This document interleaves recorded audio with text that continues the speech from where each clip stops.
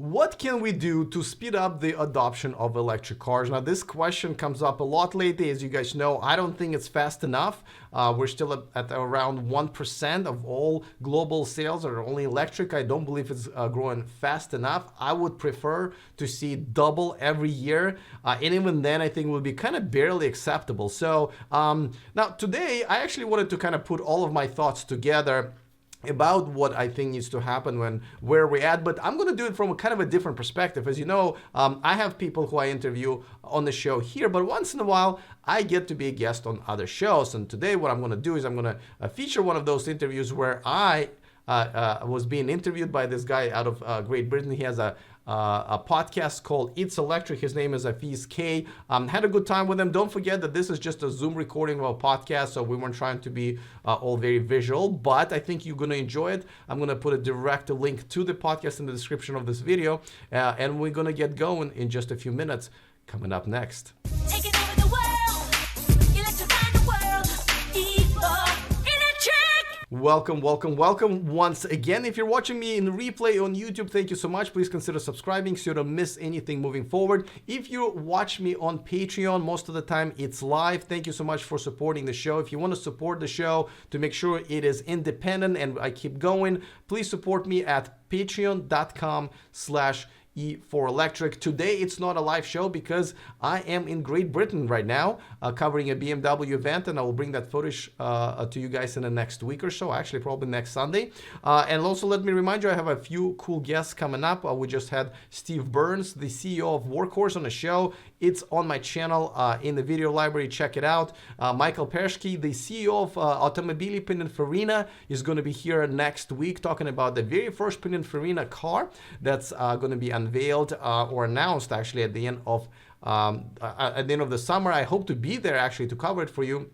And of course, after that, I'm going to have Chad Balch, who is with Chevrolet. We're going to have a pretty honest conversation about Chevy, both good, bad, and ugly. And we're going to kind of sort it all. And I'm looking forward to that. All right. Well, also, I just want to remind you guys that this show and this channel is sponsored by Evanex, the aftermarket accessories for Tesla. Thank you to them for providing a discount code that you can find in the description of this video as well, so you can save a few bucks next time you shop there. All right, without further ado, let's get going. Here's the recorded interview. Welcome to It's Electric. My name is Afeez Kay, and today we have Alex from California, I presume. Welcome. San Jose, California. That's the one. Please introduce yourself, Alex. My name is Alex. I'm the host of E4Electric YouTube channel, and I am here in San Jose, California. I've been driving electric cars for over 5 years. Haven't been to a gas station that much. And I have a Tesla Model S. Awesome. I mean, so what do you do as your day job? Because I know you do have a day job apart from. Yeah, I still have my day job. So which is I'm a UX designer for a Fortune 100 company. Mm-hmm. I've been in graphics and web design for about 20 years now. Wow, 20 years. Yes. Too long. Too long. Well, actually, I also have a day job as well. Most people don't probably know this, but I'm a head of QA at a fintech company in central London.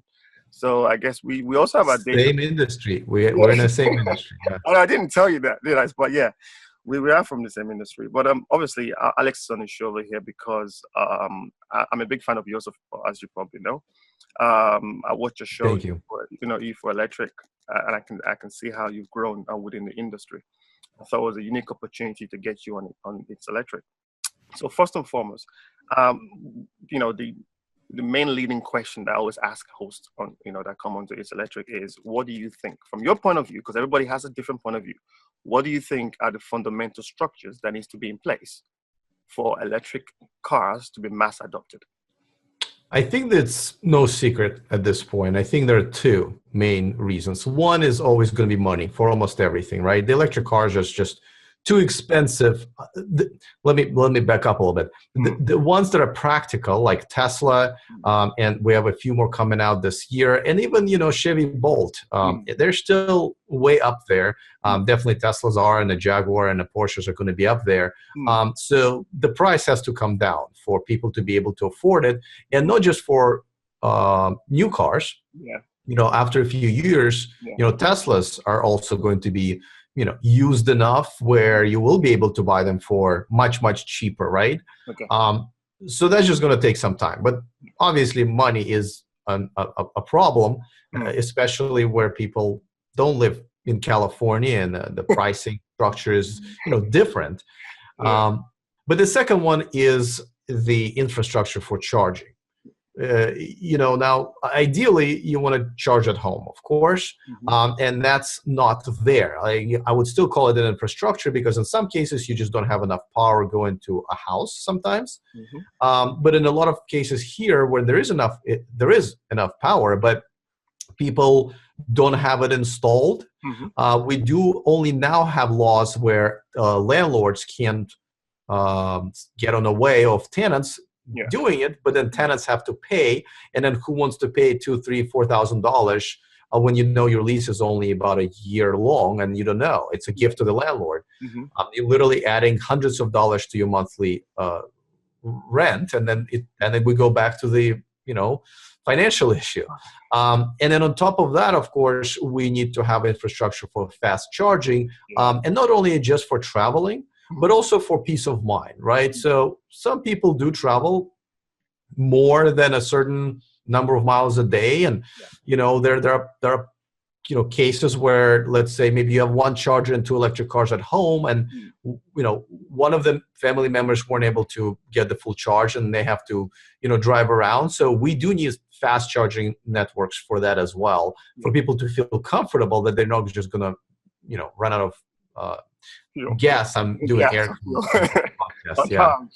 right. Yeah. So those two, I think, are very, very essential. That has to change, and they are changing just very slowly. Yeah, I mean, what do you? Okay, so in what order will you put that? Will you say they need to be affordable first, and then the infrastructure second, or do you think the infrastructure is key, and then the affordability then needs to then be addressed? I mean, I would, if I had to put one on top of another, I would definitely say financial.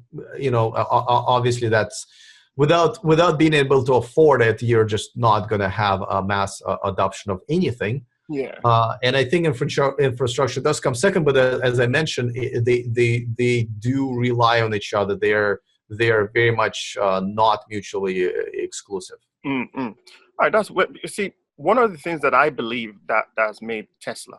Obviously, you have a Tesla, but and also in Europe over here, and I've done several road trips around Europe. So I've driven from London all the way to Germany, to Italy, back to Paris, and then back to London again. And one thing that I've found that sets Tesla apart is the charging infrastructure. And I think that that is why car companies like obviously Nissan, even Porsche with the Mission E coming out, will probably struggle. And what do you think these car companies need to do to be on the same level as Tesla? Do you think they need to have their own private supercharger network, or do you think there needs to be a private company, a third party, dedicated third party company that needs to build out this network for this cars to be successful? So you're absolutely right. The best feature of any Tesla car is not even inside the car. It is the infrastructure that they've built with a supercharger infrastructure. Now, it's not perfect. I have to say that I've admitted this on my show many times that when I travel, that network is too slow. It's faster than charging at home, but it's not fast enough as fueling. And so let's say when I drive, from the Bay Area, from San Francisco Bay Area to say Los Angeles or Sacramento, which I do, it adds so much time to my trip that it makes it not worth it. And if I'm, if this means that I have to get 2 hours less of 2 hours less of sleep that day, that I'm going to go ahead and choose renting a gas, hopefully hybrid gas car. And yes, me, the electric car enthusiast, for many years will drive a gas car just because, again, the Tesla charging is even supercharging is not fast enough. Plus now, especially here, we have lines. So you can get to the supercharger and have to stand in line for 20, 30 minutes before you can charge for another 45. Yeah. So Tesla's supercharging network does need to be improved, even for people like myself to be comfortable with it. But you're absolutely right. The cars that are out there and the cars are coming out, Porsche and Jaguar and so forth, absolutely must have a fast charging network. Now, I think it would be silly if every single one of them will start building their own network, right? Tesla had to do it because no one else was going to do it for them. And, now we are seeing some signs of that happening. In Europe over there, as you probably know, Ionity is probably one of the best examples. Here we're got Volkswagen paying for ours, because of Dieselgate. Volkswagen was fined so many billions of dollars that a couple of them fell into the lap of U.S. infrastructure, and this is where they're building them up. It's called Electrify America, I believe. But over there, Ionity isn't exactly what everybody else needs. And by the way, so let's talk about Ionity. First of all, it is a much faster charging network than Tesla's. It's I believe Tesla 350 kilowatts. 150 kilowatts to 300 kilowatts, where Tesla's, at some point they're going to build the ones. I think it's going to be a mixture because not all cars are going to be able to take that anyway. So right now they just opened their very first one in Germany, and of course it's at 150 kilowatts. But they're planning to create some with 300 kilowatts. They're going to build 100 of them by the end of this year in Europe, and they're planning to build 400 by the end of next year. So that would be pretty substantial. However, not however. Let's go on with what it's about. The investors, companies that have invested into this network are Daimler, the parent company of Mercedes-Benz, BMW Group, a Volkswagen Group, and for some reason Ford. That doesn't have an electric car really, or is planning. We don't know about. Maybe. I haven't heard anything, so maybe they're very much ahead of their own time. But the other ones obviously have a good reason to. And as a matter of fact, there's a report coming out that a few other companies are trying to join, including Tesla, which is not that bad of an idea. So does that mean that Tesla is coming out with the CCS connector as well? Yes, as a matter of fact, Tesla has been forced to install and feature non-Tesla connectors in their cars. I believe it was in China where they had to have two. And in Germany, their Superchargers had to have non-Tesla connectors. And then you had to use an adapter to charge your Tesla because it was supposed to be open for all, which is silly because there's no other car right now that's capable of supercharging. As a matter of fact, if we get back to Ionity and their 150 kilowatt rate, the only car that's going to be able to charge at that rate is going to be Audi e-tron. That's not coming up until the end of this year. So they're definitely ahead of their time. So to get back to your question, this is exactly what needs to happen, is just on a much larger scale, and not just in Europe. It has to happen, obviously, in the United States, and in China and anywhere else in the world where people want to adopt electric cars. India, by the way, is a country that's been, I have a lot of viewers on my channel that have been asking about it, and they're asking, well, how come Tesla and other cars don't want to come there? Well, the fact that they don't have any infrastructure, even to power their own homes, sometimes is a big problem. I mean, absolutely. So I was going to touch on that later on, to talk about, we talk about how electric cars can be mass adopted, but we seem to think that the entire world is just going to mass adopt electric cars. But again, as I told you, off air, I'm from Africa, Nigeria. Most of the time, we don't even have 24 hours electricity. So how can we adopt electric cars? Again, going back to where you're from, where you're actually living right now, there seems to be some sort of bubble, right? Everybody there, and this is my assumption, please correct me if I'm wrong, that electric cars are the future. Everyone will just be driving autonomous electric cars, and they'll be, whereas places like India, continent of Africa, and even in some cases some part of China as well, where I just think that there is this misconception that electric cars will fix everything. Air pollution, global peace, electric cars are going to fit it. And I just think that needs to be addressed. I mean, what do you think about that? Are you of the belief that electric cars will fix everything? I'm sure you're not, but of course. Well, so I think those are two separate things. Are we here in Silicon Valley in a bubble? So let me address that. Yeah. Not only we're in a bubble, I think we have a few bubbles inside, right? Because we are, this is a Silicon Valley where most of the tech is born. We're very high tech here, so we're more likely to adopt the high tech first and be very open to it. Also, this is California, and we are very pro-environment.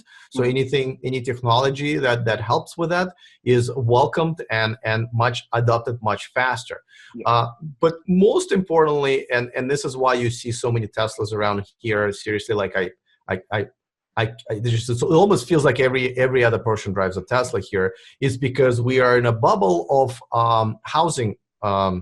What probably soon to be a crisis again, is the houses here cost so much that obviously employers have to pay us so much to afford it, that the prices of the cars are very tiny, I would say, compared to what our salaries are because of the housing. So the Tesla here costs just as much as Tesla costs in, The UK. I don't know, that's Arizona, right, or Indiana. Yeah. But our salaries are about 5 times more because our prices are, ridiculously high. Yeah. So we're able to afford it. This is not an issue. The pricing of these cars is not an issue with most people, I would say. So that's why we're in so many bubbles here.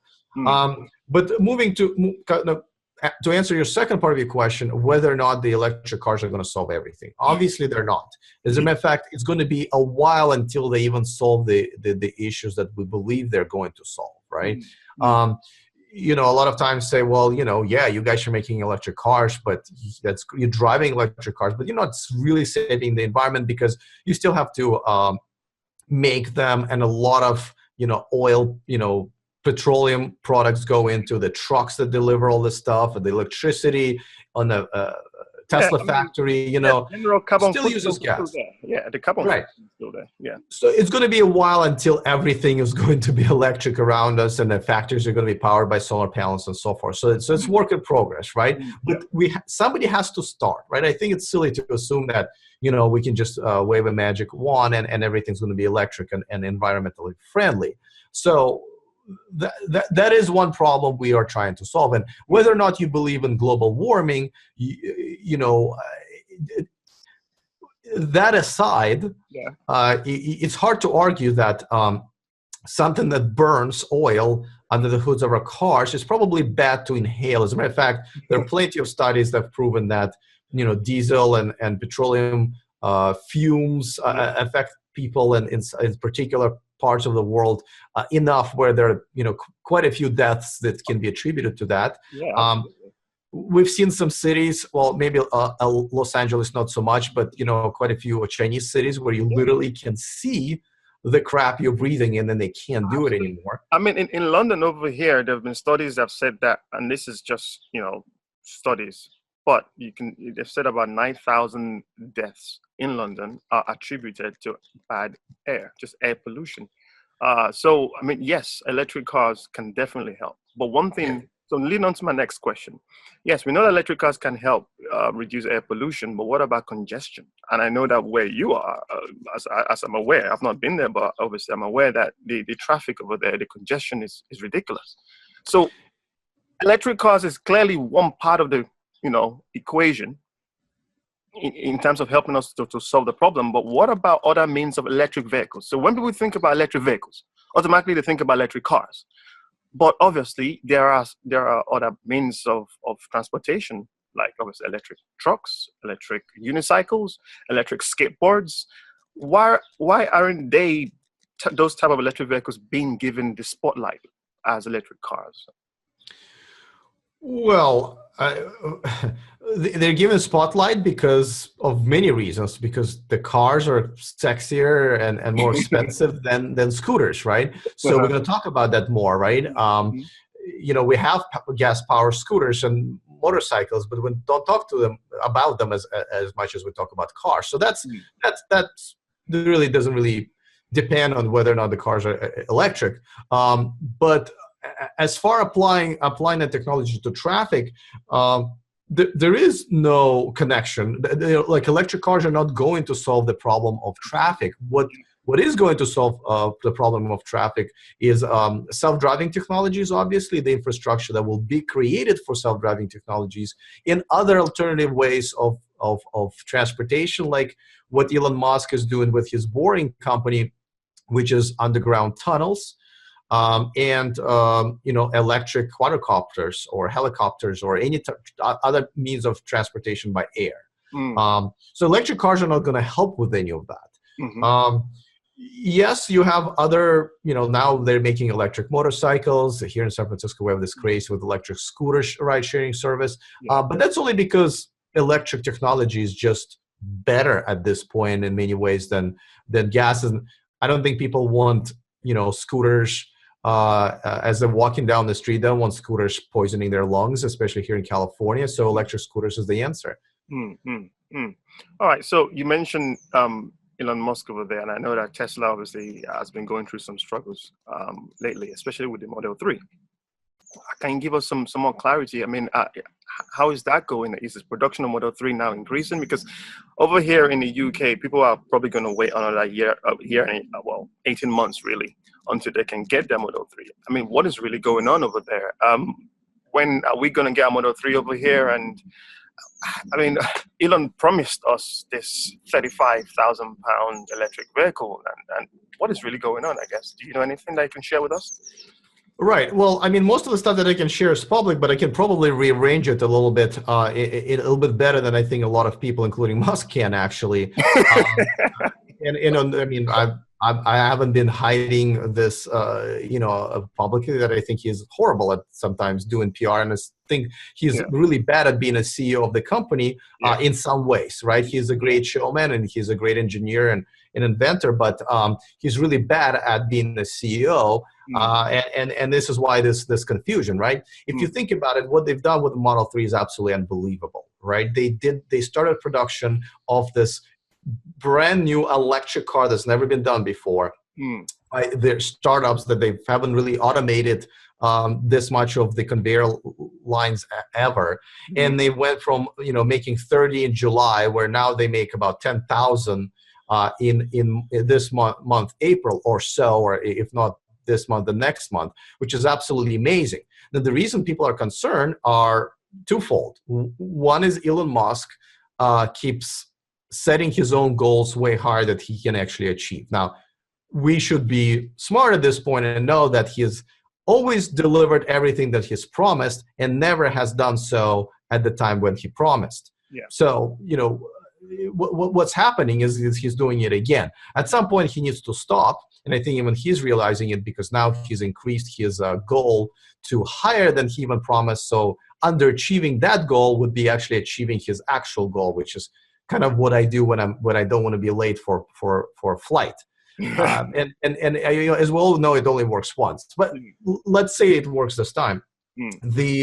The problem also is how popular this car is, because, as you know, they're not making them at $35,000 yet. Because and there can be a surprise there, because every time they came out with a new model, they want to make the most money up front to recover their investment. So they're going to make the most expensive one ever. They're going to sell it to their employees first, and then current Tesla owners and Californians and Americans and so forth. So that has always been pretty much the case, except for the employee part, which is only pushing everybody else further. But so $35,000 model comes when they sell as many of the expensive versions as possible to recoup $3 or $4 billion they dumped into it. But because it is so popular and everybody wants to have it, there is, as we know, 500,000 people waiting in line for it.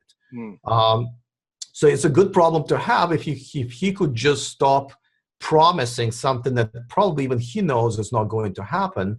I think it would make people less frustrated because their expectations would be a little bit more realistic. So, for example, instead of waiting for your Model 3 right now, I would suggest go ahead and lease a car for 2 or 3 years until you get yours, so you're not frustrated waiting because you now have a car. Or get yourself a used Model S, which will be approximately the same price, can still be under warranty, and you can drive that until you get your Model 3. But if he keeps promising this tomorrow and you believe him, then you're going to be frustrated.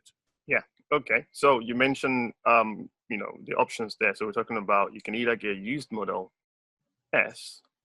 Under warranty. Do not get a used Model S without the warranty. That's just an awful Yeah, idea. I've seen some horror videos on YouTube of people just saying, "Well, Tesla are not going to support me, and I've got this very expensive car, on my hands." Well, even if Tesla does support you, it's going to be very expensive to have it because it's a very expensive car with high tech.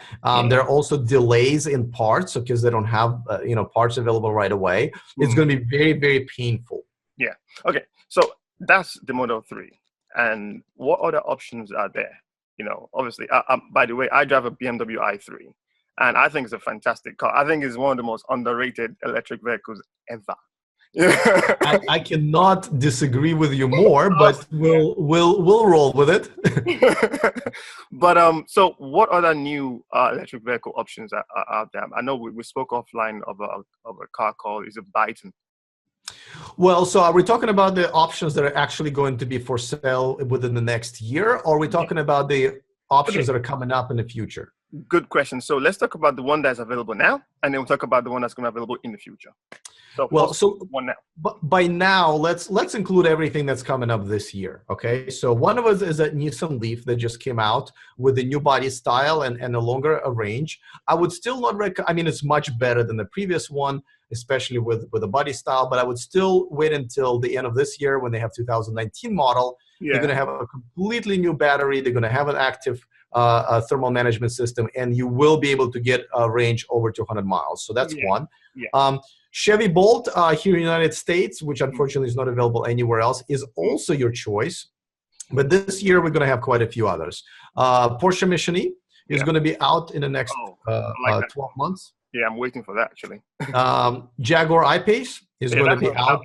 Yeah, that's right. It's going to be out by the end of the year. All of these cars I'm going to mention, they have anywhere between 200 and 300 miles of range. Mm-hmm. And we're going to have an Audi e-tron coming out also by the end of the year. These are the luxury cars. However, I think there are a couple of cars that are going to be bigger than we really thought because they're not flashy. They're not done by a big brand. But these two cars, I think, are going to be appealing to people who can afford a Porsche Mission E or a Jaguar, as they haven't done that before. Now, these cars are Hyundai Kona EV and Kia Niro EV. These are two compact, good-looking SUVs, everything that a lot of people, like one of the most popular type of car to have here in the United States and in Europe as well. They're both having a range of anywhere between 220 and 250 miles, and they're most likely are going to be priced somewhere between $30,000 and $40,000. So when you do get those rebates, and some of us, are lucky enough to have up to $10,000 rebates, that is going to be a major financial proposition with an electric car from an established manufacturer with a very, very acceptable range. Yeah. Okay. All right. That's fine. But for me, can you just, I've got my top 3, by the way. So what is your top 3 out of those cars? Just all of them. If you had to choose a top 3 right now, which one would you choose? If I'm filthy rich and I don't care, I would still, then I would still choose Tesla. Tesla is by far the best car, period, ever. But if I had to pick between those 3s, I probably couldn't because I don't know what the Mission E really looks like yet. And neither do I know that about the Audi e-tron. I would probably be, I love the way the Jaguar looks, but because Porsche is also promising the fast charging network here in the United States, I might actually be swayed for that. But if I had to put a non-refundable deposit, because it's a little cheaper, because I like the look better, and because it's a compact SUV, I would go with a Jaguar I-Pace. Good choice. Good choice. Yeah, good choice. For me, I will go for the same option as well, and then followed by the Mission E. Actually, yes, I agree. Mission E. I think the reason I'm Mission E is not as appealing to me is because I don't know exactly what it's going to look like, and also it's just a little. What is a Porsche? You assume that they will make a car that is probably made for the racetrack as well, even though it's electric. And as we know, Teslas do overheat if you push them a bit too much. But I'm hoping that Porsche will have found a solution to that. Yeah, but I also want to know what it looks like. To me, the look of the car is important, Mm, and also I think their price is a little bit higher than it should be. yeah, Where the Jaguar is sort of acceptable. I still think justified. Jaguar is a little too much for what it is, but Porsche is just way too much up there. Unless they're going to absolutely blow me away with the performance and the body style Mm, and other specs. okay, all right. So let's go a bit wider now. We've talked about electric cars, talk about Tesla, we've talked about charging infrastructure. Let's talk about the planet.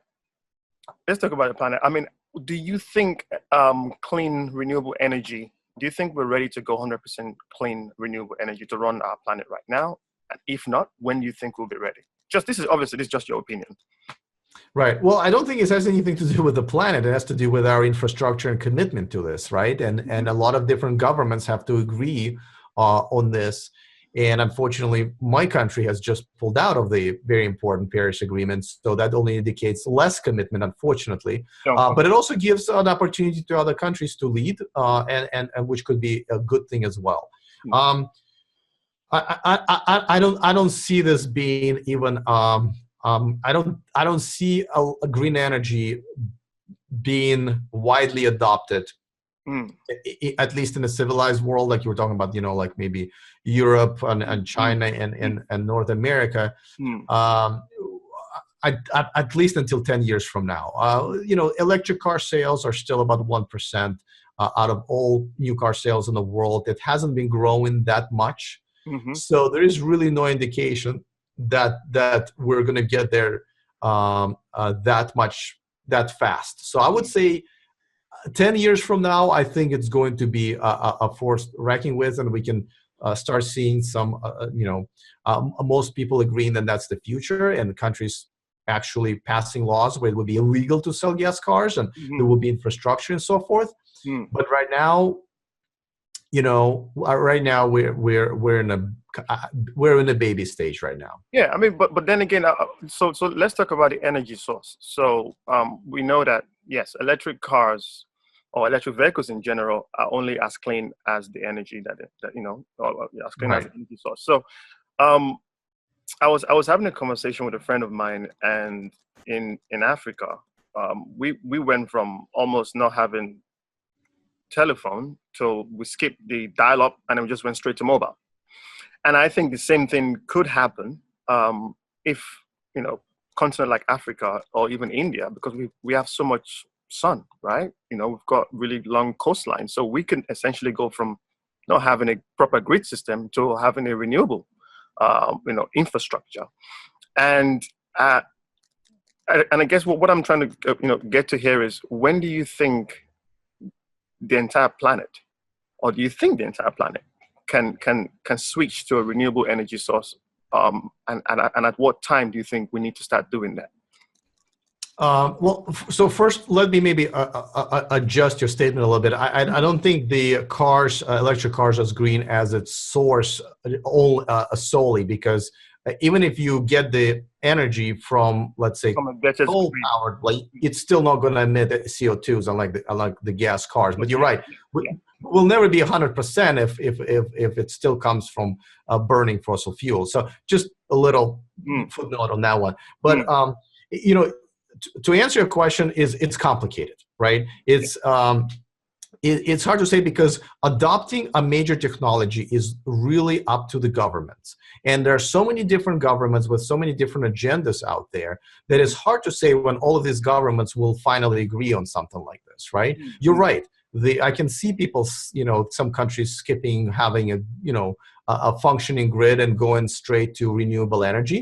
mhm. Um, Also, don't forget, there's a supply and demand. Yeah. There's supply right now is tiny because the demand is tiny. If tomorrow all governments and all organizations will agree that we want to go solar, Mhm. there won't be enough solar panels to be sold, and electricians to install it. Right. Right. So the technology advances, the supply, just as far as supply chain management and Yeah. availability, Yeah. and the government infrastructure and ability and really desire to do this, all have to kind of slowly push each other towards that. And that's why I don't believe it's going to happen that much sooner as we Mm.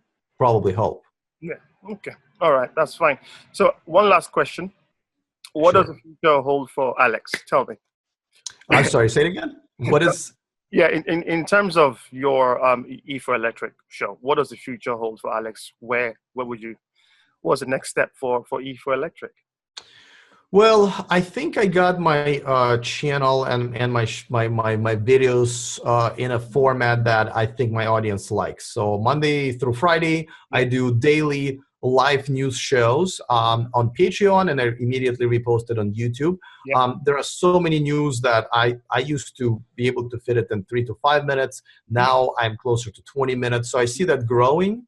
Mm-hmm. Because there are just so many of them coming out. And then on Saturday, I have interviews with either executives of companies or other YouTubers. I'm lucky to have Henrik Fisker join me in a couple of weeks. I just had Zach and Jesse joining me this week. They're one of the biggest Tesla YouTubers.